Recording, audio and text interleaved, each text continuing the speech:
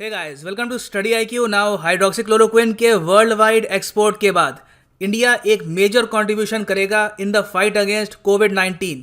जो corona virus की vaccine तैयार हो रही है उसमें इंडिया का क्रिटिकल रोल रहने वाला है। डिस्कस करेंगे इंडिया का रोल क्या होगा और ओवरऑल कोरोना वायरस की वैक्सीन का जो स्टेटस है अभी क्या है। काफ़ी कुछ यहाँ पे आपको जानने को मिलेगा। So a lot to know, a lot to discuss as always, but before we begin, Telegram app पर जाओ, यहाँ पे सर्च करो Dhawan sir, join this Telegram channel for the latest notification of every video I upload. इस सब के अलावा हमारी ऑफिशियल ऐप आ चुकी है। Go to Google Play Store, ये ऐप डाउनलोड करिए। यहाँ पे आप हमारा यूपीएससी कोर्स परचेज कर सकते हैं at a very attractive price. Prelims mains दोनों की तैयारी घर बैठे या कहीं भी स्टडी IQ कोर्स के साथ। नाउ ये वीडियो मैं रिकॉर्ड कर रहा हूँ 27 अप्रैल को। आज से 10 दिन पहले यूएस के जो सेक्रेटरी ऑफ स्टेट है माइक पॉम्पेओ, इन्होंने ये स्टेटमेंट दी थी कि इंडिया और यूएस मिलके काम कर रहे हैं कोविड-19 वैक्सीन को डेवलप करने में। ये बाय द वे आर्टिकल है टाइम्स ऑफ इंडिया का। अब यहाँ पर हेडलाइन पढ़ के लगता है कि इंडिया यूएस की जो गवर्नमेंट्स हैं वो मिलके कोई जॉइंट कोलैबोरेशन कर रही है। नहीं, ऐसा कुछ नहीं है। यहाँ पे मिलकर जो काम कर रही हैं वो इंडिया यूएस की प्राइवेट कंपनीज हैं। आज के समय इंडिया में कोरोना वायरस की वैक्सीन को डेवलप करने में एक बहुत ही बड़ी कोलैबोरेशन काम कर रही है between the serum Institute of India and Codagenix. अब ये जो नाम है सीरम इंस्टीट्यूट ऑफ इंडिया, ऐसे लगता है कि कोई यूनिवर्सिटी है, कोई इंस्टीट्यूट है इंडिया में, जबकि ऐसा नहीं है। ये एक बहुत ही बड़ी प्राइवेट कंपनी है। इसका नाम शायद आपने कम सुना होगा, मगर ये दुनिया में सबसे ज़्यादा वैक्सीन बनाते हैं पर डोज के हिसाब से। और जो कोडाजेनिक्स है ये बहुत ही बड़ी न्यूयॉर्क बेस्ड कंपनी है। ये रिसर्च करते हैं ऑन वायरसेस और वेरियस और इन्फेक्शंस। अगर हम सीरम इंस्टीट्यूट ऑफ इंडिया की बात करें तो इनके जो हेडक्वार्टर्स हैं ये पुणे में है, मगर इनकी जो प्रोडक्शन फैसिलिटी है ये चेक रिपब्लिक, द नेदरलैंड्स, यूरोप की various countries all around the world है। और ऑलरेडी ये वेरियस बीमारियों के लिए वैक्सीन्स बना चुके हैं, जैसे कि पोलियो, उसके अलावा हेपेटाइटिस, मीजल्स, और दुनिया भर में ये एक्सपोर्ट करते हैं अपनी वैक्सीन्स। टोटल हर साल ये 1.5 बिलियन डोजेस बनाते हैं और 80% जो इनकी वैक्सीन्स हैं ये एक्सपोर्ट होती हैं अफ्रीका, यूएस और यूरोप में। और सबसे बड़ी बात ये है कि ये लोग एक्सपेंसिव वैक्सीन नहीं बनाते। इनकी जो वैक्सीन है काफ़ी सस्ती होती है। पर डोज ऑन एवरेज 50 सेंट के आसपास रहती है, जो अफ्रीका के लोग या फिर आप कह सकते हैं वो कंट्रीज जहाँ पे स्पेंडिंग पावर लोगों की इतनी है नहीं, वो भी इसको आराम से परचेज कर सकते हैं। तो मैं कहूँगा Indian pharmaceutical industry as a whole दुनिया के लिए वरदान है। तो जब अमेरिकन कंपनी कोडाजेनिक्स और सीरम इंस्टीट्यूट ऑफ इंडिया ने कोलैबोरेशन अनाउंस करी तो यूएस गवर्नमेंट ने भी यहाँ पर इसको नोटिस किया और ये कहा। यहाँ पे आप देख सकते हैं यूएसए की स्टेट डिपार्टमेंट की ट्वीट है, great example of how US India strategic partnership benefits the world. New York biotech company Codagenix and Serum Institute of India are collaborating to rapidly co develop कोविड-19 वैक्सीन। नाउ ये बात मैं यहाँ पे clear कर दूं कि जो वैक्सीन है ये इलाज नहीं है। अगर किसी व्यक्ति को कोविड-19 हो गया, उसको बीमारी हो गई है, तो वहाँ पर ये वैक्सीन कुछ नहीं कर पाएगी। ये वैक्सीन उन लोगों के लिए है जिनको अभी कोविड-19 नहीं हुआ। अब आज के समय 50% of the world's population lockdown में है। डर यहाँ पर यह है कि लोग अगर बाहर निकलेंगे तो ये वायरस फैलेगा, लोगों से लोगों तक फैलेगा, एक चेन बनेगी और बहुत ही जल्द अगर मान लीजिए टोटल पॉपुलेशन का 1 या 2% भी मरता है तो इंडिया जैसे देश में हम लाखों करोड़ों मौतें दे सकते हैं। इसको अवॉइड करने के लिए हम लॉकडाउन में हैं। वैक्सीन में हम करेंगे क्या कि कोरोना वायरस के जो डेंजरस ट्रेड्स हैं, मतलब कि जो बीमारी वाले ट्रेड्स हैं, वो हम हटा देंगे। बेसिकली इस वायरस को काफ़ी हद तक वीक कर देंगे और जब ये बहुत ही ज़्यादा कमज़ोर स्टेज में आ चुका होगा तब इसको हम एक ह्यूमन बॉडी के अंदर डालेंगे ताकि हमारा जो इम्यून सिस्टम है वो तैयार हो जाए और उसको पता लग जाए कि इस वायरस से निपटना कैसे है। जो मेन काम है आपकी बॉडी करेगी, जो आपका इम्यून सिस्टम है वही करेगा, मगर आप ये कह सकते हैं आपके इम्यून सिस्टम को पहले ट्रेनिंग, उनको प्रेपरेशन की आवश्यकता है।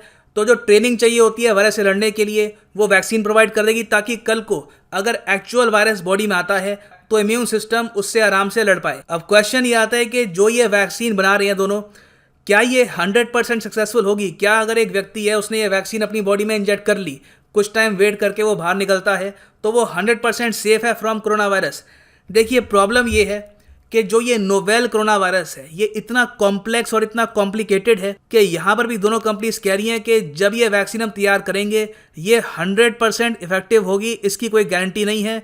मोस्ट प्रॉब्ली ये 80 to 70% के आसपास इफेक्टिव हो सकती है depending on the human being. तो अभी जो लेटेस्ट स्टेटमेंट आई है इनकी सीरम इंस्टीट्यूट ऑफ इंडिया की, ये कह रहे हैं कि ये सितंबर अक्टूबर एंड तक ये वैक्सीन शॉट्स तैयार कर लेंगे और इसकी कॉस्ट होगी अराउंड 1000 रुपीज़ पर डोज, जो मेरे हिसाब से अफोर्डेबल है क्योंकि वैक्सीन यूजुअली काफ़ी महंगी होती है, मगर सिंस ऐसे टाइम में एक वैक्सीन बन रही है इंडिया में तो 1000 रुपये पर डोज कुछ हद तक सस्ता होगा। ये मैं आपको बता दूं, यूएस में ये इससे कई गुना ज़रा महंगी बिकेगी। यूएस में इसका दाम इससे 10 से लेकर 15 गुना ज़रा होने वाला है। बट ऑफ कोर्स इंडिया में आबादी इतनी बड़ी है कि कहीं ना कहीं गवर्नमेंट को स्टेप इन करना होगा और ये जो वैक्सीन है ये सब्सिडाइज रेट पर लोगों तक पहुंचानी होगी, नहीं तो लोग 1000 रुपये पर डोज के लिए खर्चने नहीं वाले। और यहाँ पर मैं एक और चीज़ ऐड करना चाहता हूँ कि सीरम इंस्टीट्यूट ऑफ इंडिया सिर्फ कोडाजेनिक्स के साथ काम नहीं कर रहा, साथ ही साथ ये वेरियस और यूनिवर्सिटीज़, ऑक्सफोर्ड से वेरियस यूनिवर्सिटीज़ और वेरियस इंस्टीट्यूट्स के साथ मिलकर काम कर रही हैं। वहाँ पर भी ये कोशिश कर रही हैं कि कोई ना कोई वैक्सीन डेवलप हो जिसको ये मास प्रोड्यूस कर पाएँ। मगर घूम फिर के बात आती है इंडिया पर, क्योंकि अगर कोई देश है दुनिया में आज के समय जो लार्ज स्केल पर वैक्सीन को प्रोड्यूस करके कंट्रीज़ को एक्सपोर्ट कर सकता है तो वो है द रिपब्लिक ऑफ इंडिया। तो अगर मान लीजिए ये जो वैक्सीन है ये इंडिया यूएस पार्टनरशिप या फिर यूके इंडिया पार्टनरशिप या फिर किसी भी पार्टनरशिप से आती है, इवेंचुअली अगर आप चाहते हैं कि ये वैक्सीन अफ्रीका में, यूरोप में, चाइना में, रशिया में, हर जगह फैले, तो उसका सोर्स होगा सिर्फ इंडिया। तो मैं ये कहूँगा इंडिया के लिए एक बहुत ही अच्छी अपॉर्चुनिटी है। हम अपनी जो सॉफ्ट पावर है इसको इम्प्रूव कर सकते हैं। अब एशिया में आपको पता है कि एक जायंट है चाइना, उस पर सारी कंट्रीज आरोप लगा रही हैं इस पेंडेमिक को फैलाने का, नेग्लिजेंस करने का।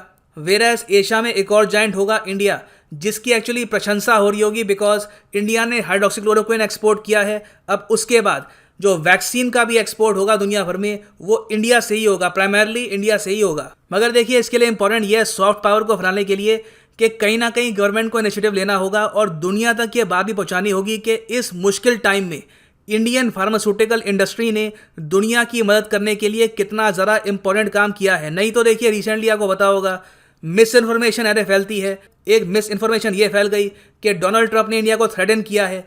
फिर उसके बाद मैंने एक पूरी वीडियो बनाई इस पर कि भारत की मदद को अमेरिका याद रखेगा और 10 things India should ask US in return for hydroxychloroquine. इसमें मैंने आपको बताया था कि डोनाल्ड ट्रंप ने किस तरीके से ट्वीट करी और ये कहा कि thank you India and Indian people for the decision on the hydroxychloroquine. और इंडिया एक्चुअली ना सिर्फ यूएस, आज के समय 55 से ऊपर कंट्रीज को हाइड्रोक्सीक्लोरोक्विन एक्सपोर्ट कर चुका है।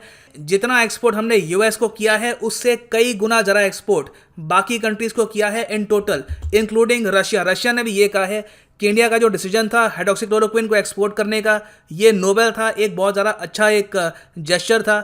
हम इसको रेसिप्रोकेट करेंगे, मतलब कि हम इसको याद रखेंगे and we will help India in the future as well. और आप देख रहे हैं ऑलरेडी यूएस को जो हमने मेडिसिन एक्सपोर्ट करी है उसके बदले में कुछ रिवॉर्ड्स इंडिया को मिली हैं। जैसे कि आपने रिसेंटली सुना होगा कि currency swap agreement almost complete होने वाला है बिटवीन यूएसए एंड इंडिया। हालांकि उसकी जो डिटेल्स हैं वो आनी बाकी है। तो ये मैं कहूँगा एक डायरेक्ट रिजल्ट है ऑफ इंडियाज मेडिसिन डिप्लोमेसी। उस सब के अलावा यूएस ने बहुत सारे वेपन्स की जो सेल है ये अप्रूव कर दी है। साथ ही साथ बहुत सी और मेडिसिन के लिए जो इंडियन फार्मास्यूटिकल कंपनीज हैं उनको लाइसेंस मिल चुका है। उनको अब यूएस मार्केट में ज़्यादा फ्रीडम है, कम टैरिफ्स हैं, तो मतलब कि इंडिया के एक्सपोर्ट बढ़ेंगे। तो जो मैंने आपको यहाँ पे कहा था कि 10 things India should ask US, उसमें कई चीज़ें रियलिटी में कन्वर्ट हो चुकी हैं। So for the time being हम ये उम्मीद कर सकते हैं कि जो वैक्सीन है जेन्युइनली अक्टूबर, सितंबर या मैक्सिमम दिसंबर तक भी आ जाए, क्योंकि जब फिर से विंटर स्टार्ट होगी तो उस टाइम हो सकता है कि कोविड-19 के जो केसेस हैं ये वापस स्पाइक करे अराउंड द वर्ल्ड। उस टाइम हमको वैक्सीन की नीड बहुत ही ज़्यादा होगी। So hopefully everything will go well. तो ये है एंड इस वीडियो का। Thanks for listening and as always God bless you all.